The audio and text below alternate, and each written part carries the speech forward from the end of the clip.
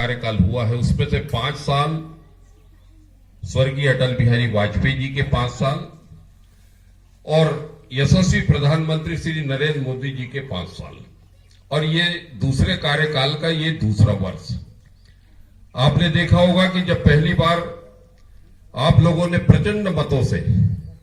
और भारतीय जनता पार्टी को सत्ता में बिठालकर अटल बिहारी वाजपेयी जी को आपने प्रधानमंत्री बनाया, तो उन्होंने भाइयों बहनों सबसे पहले जो 80% लोग जो हमारे गांवों में रहने वाले हमारे भाई बहन हैं, उनने सबसे पहले हमारे भाई और बहनों की चिंता की, हमारे गांवों की चिंता की। गांव की चिंता में उन्होंने प्रधानमंत्री सड़क योजना लेकर आए और आपने देखा कि आज ये जो सड़क है बरजोरपुर की और गांव गांव नगर नगर टोले मजरों में जो सड़कें दिखाई दे रही है भाइयों बहनों, ये सड़कें भारतीय जनता पार्टी के स्वर्गीय यशस्वी प्रधानमंत्री श्री अटल बिहारी वाजपेयी जी की कल्पना थी और उसको साकार करने का काम आप उसको सही तरीके से राजनीतिक चश्मे को हटाकर आप सही तरीके से राजनीतिक विश्लेषण करेंगे, अध्ययन करेंगे, तो आपकी अंतरात्मा बोलेगी कि 65 वर्षों तक कांग्रेस ने इस देश पर शासन किया। अगर उनको वाकई में गांव गांव सड़कें बनानी थी तो ये 65 सालों में बना चुके होते, लेकिन भाइयों बहनों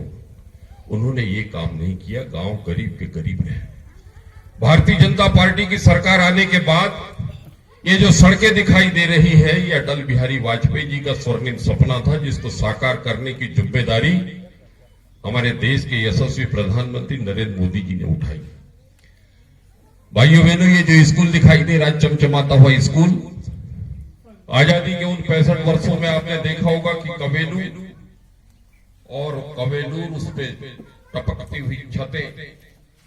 बरसात में स्कूल नहीं लग पाते थे, छुट्टी कर देते थे, थोड़ा सा भी पानी आए, पालक पूछते थे बच्चों से कि बेटा क्यों आ गए,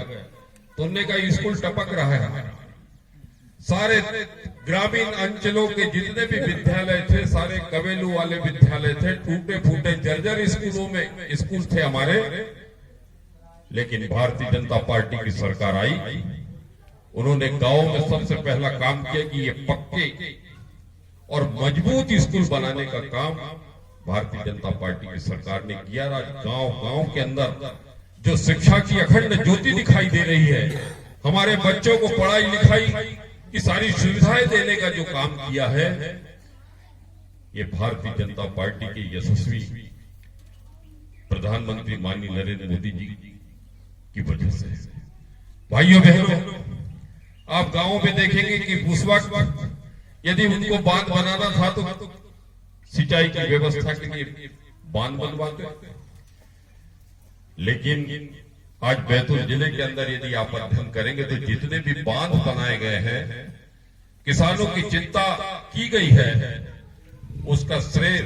भाइयों बहनों आप अपने अंतरात्मा से पूछेंगे तो भारतीय जनता पार्टी के शासनकाल में बड़े बड़े बांध बने हैं। गर्मी के मौसम में बैतूल जैसे महानगर में आज पानी की जो व्यवस्था बनी है, इसका श्रेय हमारे श्री हेमंत खंडेलवाल जी उस वक्त के विधायक जी को जाता है, जिनके अनथक प्रयत्नों से बड़े बड़े बांधों का निर्माण हुआ है और हमारे हजारों एकड़ जमीन सिंचित हुई है। हमारे किसानों को आर्थिक रूप से समृद्ध बनाने की दिशा में भारतीय जनता पार्टी ने एक महत्वपूर्ण कदम उठाया है। अभी भी भाइयों बहनों, अभी सिंचाई विभाग के लगभग 4 कर्मचारियों को हमने काम पे लगा रखा है कि हमारे जनजातीय क्षेत्रों में और बैतूल जिले के सारे नदी और नालों का आप अवलोकन करें, अध्ययन करें और जहां जहां भी बांध बनाए जा सकते हैं, जहां जहां स्टॉप डैम बनाए जा सकते हैं, उसका सर्वे करके प्रोजेक्ट बनाकर मेरे सामने आप प्रस्तुत करें, ताकि अधिकतम बांध स्टॉप डैम हम सिंचाई के लिए बना सके, ताकि जो हमारी खाली जमीन पड़ी है, जो हमारी जमीनें असिंचित है, जो हमारी जमीनें सूखी है, जिसमें सिर्फ बरसाती ही फसलें होती है, हम वहां पर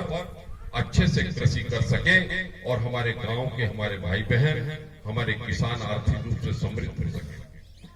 भाइयों बहनों, हमारी माताएं बहनें बैठी हैं, उज्ज्वला योजना के अंतर्गत हर घरों में आपने देखा कि आज यहाँ जो बहनें बैठी हैं, गैस है कि नहीं सब घरों में, कि किसी घर में नहीं है ना? ये चिंता भाइयों बहनों, देश के अंदर आधी आबादी हमारी बहनों की है। इस आधी आबादी की चिंता हमारे यशस्वी प्रधानमंत्री श्री नरेंद्र मोदी जी ने की कि चूल्हा फूंकते फूंकते हमारी बहनों की आंखें खराब हो जाया करती थी, हमारी बहनों को नाना प्रकार की बीमारियां हो जाया करती थी। उसकी चिंता करके ये उज्ज्वला योजना के अंतर्गत प्रत्येक गांव में हमारी माता और बहनों को गैस चूल्हा देने का काम किया। भाइयों बहनों, आप विद्यालय में आप देखेंगे कि पहले सिर्फ दलिया मिलती थी, वो भी दलिया कभी दलिया बनाने वाली बाई जला देती थी, तो हम अपनी कॉपी के प्रश्न फाड़ फाड़ के वो दलिया लिया करते थे और घर में आके खा नहीं पाते थे तो उसको घर की मुर्गियां, घर की बकरी को खिला देते थे। लेकिन भारतीय जनता पार्टी की सरकार ने चिंता की कि हमारे बच्चों को कुपोषण से कैसे मुक्ति दिलाएं, और आज आप देख रहे हैं कि सप्ताह भर का एक मेनू बनाया है ताकि सारे विटामिन, खनिज, लवण, विटामिन, प्रोटीन सब हमारे बच्चों को मिल सके, शारीरिक और मानसिक रूप से वो सशक्त हो सके।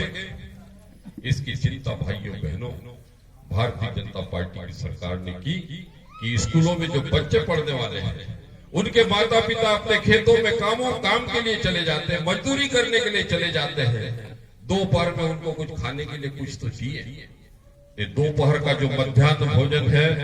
इस मध्याह्न भोजन को व्यवस्थित बनाने के लिए सभी प्रकार के विटामिन और खनिज लवण हमारे बच्चों को मिल सके,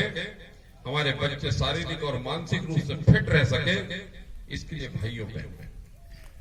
आपने मध्य प्रदेश के अंदर आपने देखा कि 15 वर्ष शिवराज सिंह जी की सरकार रही। हमारे यशस्वी मुख्यमंत्री जी ने बच्चा पेट में रहता था तब से लेकर व्यक्ति के मृत्यु तक की चिंता हमारे यशस्वी मुख्यमंत्री श्री शिवराज सिंह चौहान जी ने की थी। जब बच्चा पेट में है उस वक्त भी चिंता की कि वो माता कहीं कुपोषण का शिकार नहीं हो जाए, पेट में जो बच्चा है वो शारीरिक रूप से बलिष्ठ हो सके। वहां से उसकी चिकित्सा, उसके खान पान की चिंता करते हुए उसकी पढ़ाई लिखाई से लेकर उसके विवाह तक, यदि 18 साल की हमारी बेटी हुई तो कन्यादान योजना के तहत हमारी बेटियों का विवाह, कोई व्यक्ति की अगर मृत्यु हो गई तो 5,000 रुपया उसके अंतिम संस्कार के लिए ग्राम पंचायत से देने का काम, यदि सामान्य मृत्यु हुई है तो उसको 2 लाख रुपया, और दुर्घटना हुई तो उसको संबल योजना के तहत उसको 4 लाख रुपए की राशि देने का काम हमारे प्रधान मुख्यमंत्री श्री शिवराज सिंह चौहान जी ने किया।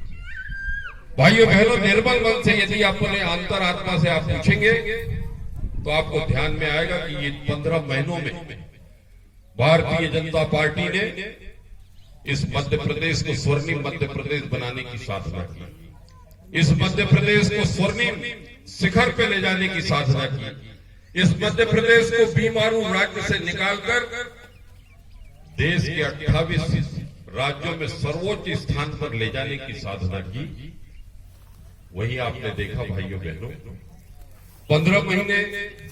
कांग्रेस की सरकार रही, 15 महीनों की सरकार और 15 साल श्री शिवराज सिंह चौहान जी की सरकार, उसकी तुलना आपको करने की आज आवश्यकता है। ये 15 महीनों में जिस तरीके से अराजकता मध्य प्रदेश के अंदर विकसित हुई, इस 15 महीनों के अंदर जिस तरीके से नोचाखोची इस प्रदेश के अंदर हुई, इन 15 महीनों के अंदर ट्रांसफर उद्योग से लेकर जुआ, सट्टा, चोरी, डकैती, मार पीट, इन 15 महीनों के अंदर मध्य प्रदेश को 15 साल की जो मेहनत थी भारतीय जनता पार्टी की, इन 15 महीनों में भाइयों और बहनों इस प्रदेश की व्यवस्था को प्रशासनिक, राजनीतिक, सामाजिक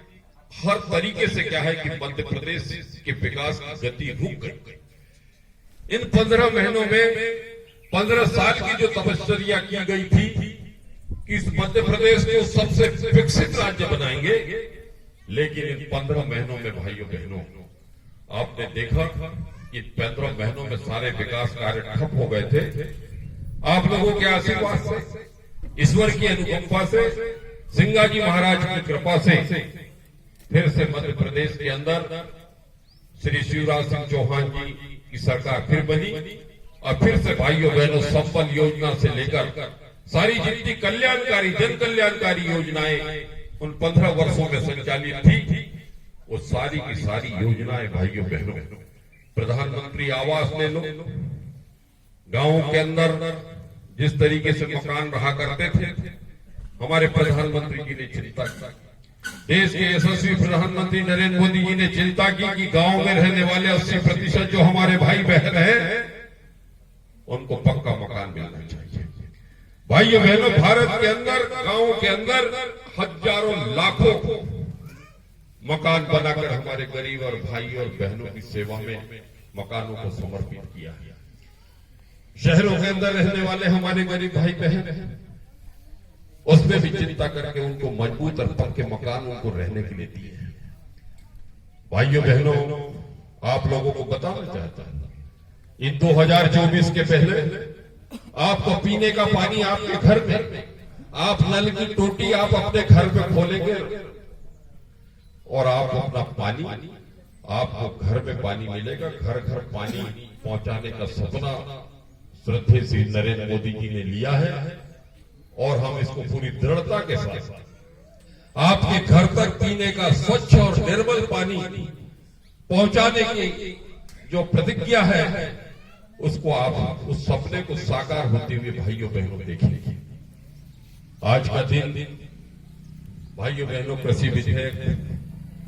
जो पारित हुआ है उस संबंध में चर्चा के लिए आपके बीच में हम सब आए हैं। मैं आपको बताना चाहता हूं भाइयों बहनों, ये जो बिल आए हैं 3 महत्वपूर्ण बिल, ये बिल हमारे किसानों को आजादी देने के लिए ये बिल संसद में पारित हुए, कानून बना है। इस बिल के माध्यम से इस देश के अंदर 1 नेशन 1 मार्केट, एक राष्ट्र एक बाजार, इस कल्पना को जीवन करने के लिए इस विधेयक को लाया गया। पूर्व में आपने देखा होगा,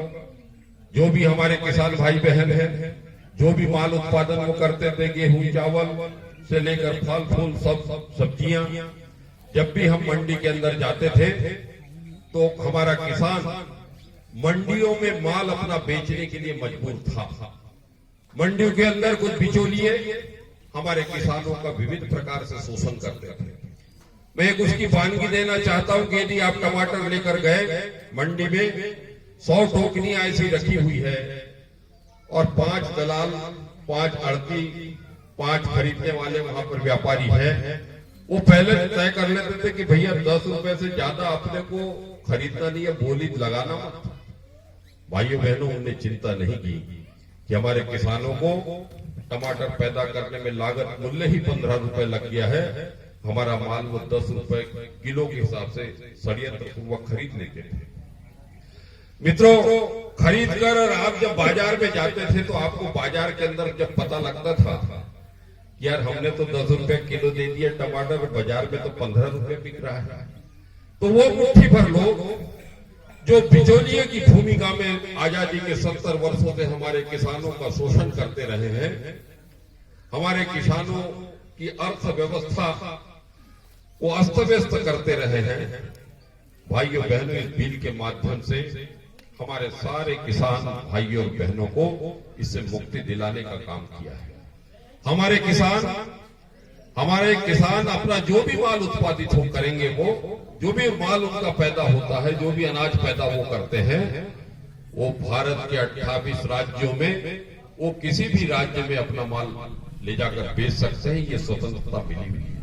पहले अपने घरों में अपने 150 बोरा गेहूं अपने घर में रखने में अपने को परेशानी होती थी, कहीं जमाखोरी के रूप में कोई शिकायत कर देते थे तो अपनी परेशानी हो जाती थी। दूसरे जगह दूसरे प्रांतों में सामान बेचने के लिए अपने को मंडी से अनुमति लेनी पड़ती थी, जहां से अनुमति किसानों को नहीं मिलती थी, अनुमति मिलती थी सिर्फ व्यापारियों को। हमारे से सस्ते मूल्य पर क्या है कि हमारी वस्तुएं, हमारा अन्न खरीद के और मुट्ठी भर व्यापारी भाइयों बहनों, हमारे किसान भाइयों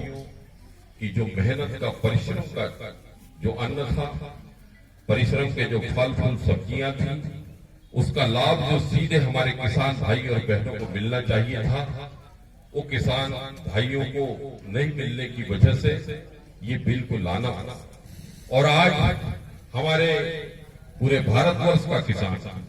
भाइयों बहनों अपने मन मर्जी से, चाहे वो मंडी में बेचना हो तो मंडी में जाके बेचे, या भारतवर्ष के किसी भी कोने में जाकर वो अपना माल बेचना चाहे तो वो अपना माल बेच सकता है। इस तरीके से भाइयों बहनों इन कृषि सुधार विधेयकों के माध्यम से सबसे बड़ा जो लाभ है वो किसानों को अपना माल अपने मन मर्जी से देश के किसी भी कोने में बेचने की जो स्वतंत्रता दी गई है, ये हमारे भारत के किसानों के लिए वो आजादी का पर्व है, आजादी जैसा दिन है। मित्रों, इसके बाद भी कुछ लोग, कुछ शक्तियां, हमारे दूसरी विचारधारा के लोग समाज के अंदर किसान भाई और बहनों के बीच में जाके उनको बरगलाने का प्रयत्न कर रहे हैं। हमारे किसान भाइयों को बताते हैं कि साहब ये जो बिल है ये हमको बर्बाद कर देगा, ये हमको दरिद्र बना देगा, ये हमको दूसरों का कर्जदार बना देगा, हमारी जमीनें छीन लेंगे। इस तरीके से झूठ भरे के माध्यम से हमारे जनता जनार्दन को, हमारे समाज को, हमारे किसानों को आंदोलित करने का प्रयत्न कर रहे हैं। मेरी आप लोगों से विनम्र प्रार्थना है कि आप किसी के भी बहकावे में न आए और आप ये जाने कि देश के यशस्वी प्रधानमंत्री श्री नरेंद्र मोदी जी, मध्य प्रदेश के यशस्वी मुख्यमंत्री श्री शिवराज सिंह चौहान जी, ये किसानों के साथ में पहले भी थे, आज भी है और भविष्य में भी रहेंगे। कोई भी ऐसा कानून नहीं बनाएंगे जो हमारे किसानों के हित में न हो। जो भी करेंगे किसानों के हित के लिए करेंगे। मैं, बहुत लंबी यात्रा है भाइयों बहनों, आज मैं एक बार फिर ज्यादा कुछ न कहते हुए आप लोगों ने हम लोगों की प्रतीक्षा की, उसके लिए मैं क्षमा प्रार्थी हूं और आप लोगों से विनम्र प्रार्थना करता हूं कि ये पत्रक आप लोगों के पास पहुंच रहे हैं। जो हमारे पढ़े लिखे भाई हैं, इन विधेयकों का विवेचन व्यापक रूप से इन पत्रकों में दिया गया है। एक बार उसको आप पढ़ें और पढ़कर आप लोगों से प्रार्थना है कि ये 4 चरण में ये कार्यक्रम होने जा रहा है। पहले चरण में आप लोगों से मिलने का था, दूसरे चरण में इसको समझकर हमारे भाई बहन नुक्कड़ सभाओं के रूप में इस बिल के बारे में सारी जानकारी देंगे। तीसरे चरण में चौपालों पर बैठ के लेकर हमारे मंडल के सारे भाई बहन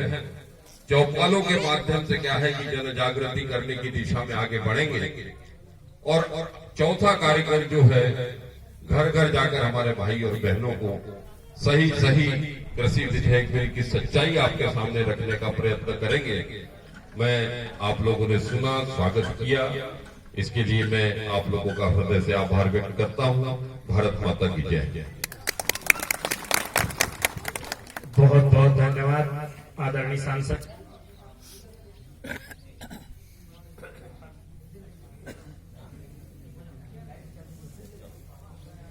ये जो रोड छूटी हुई है उसे प्रधानमंत्री सड़क से जुड़वाने की दिशा में अपन काम करेंगे। आज हमारे साथ वो है नहीं, बाकी आपसे वादा करते हैं ना। आभार के लिए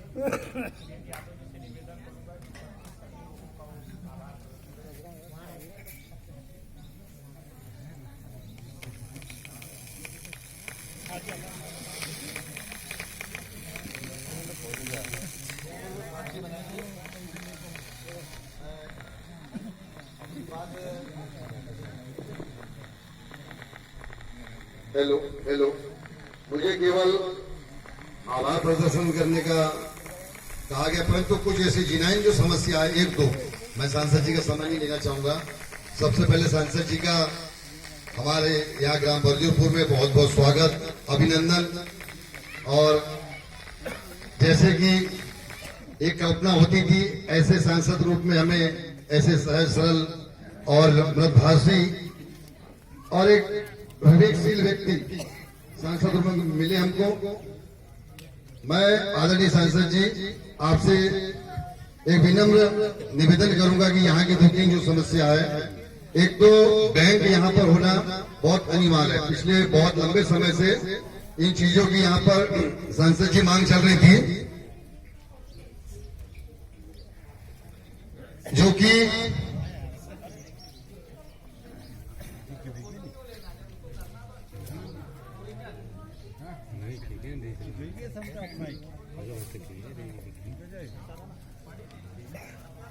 सांसद जी यहाँ पर चूंकि एक दूरस्थ क्षेत्र ग्रामीण अंचल है, यहाँ से अब देखेंगे जहाँ जिस जगह पे अपन है, यहाँ से 50 से 60 किलोमीटर और भी अंदर ग्रामीण है, उसकी अपन कल्पना कर सकते हैं। इसके बाद व्यक्ति यहाँ से जैसे बुजुर्ग लोग,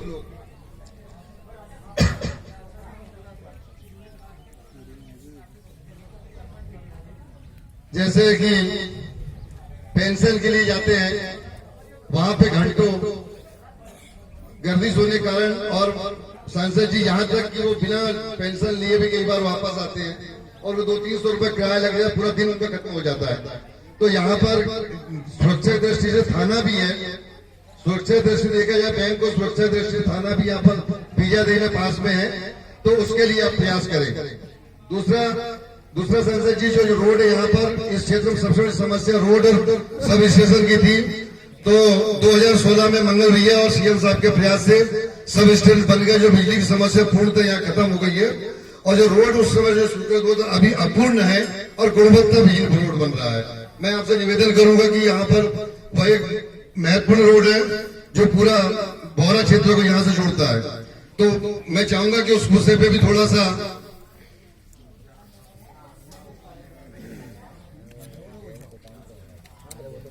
वो भी आप थोड़ा प्रयास करें। और दूसरा यहाँ पर जो सोसाइटी बीजादेवी, जहाँ पे बहुत सी विसंगति है, किसान भाई हमारे बहुत परेशान होते हैं खाद बीज संबंधित, वहां पर जो प्रबंधक है अभी सब लोग ने उनका आवेदन बनाया है। और कृपया ये 2-3 जो छोटी छोटी समस्या है, मैं आपसे आग्रह करूंगा कि इनको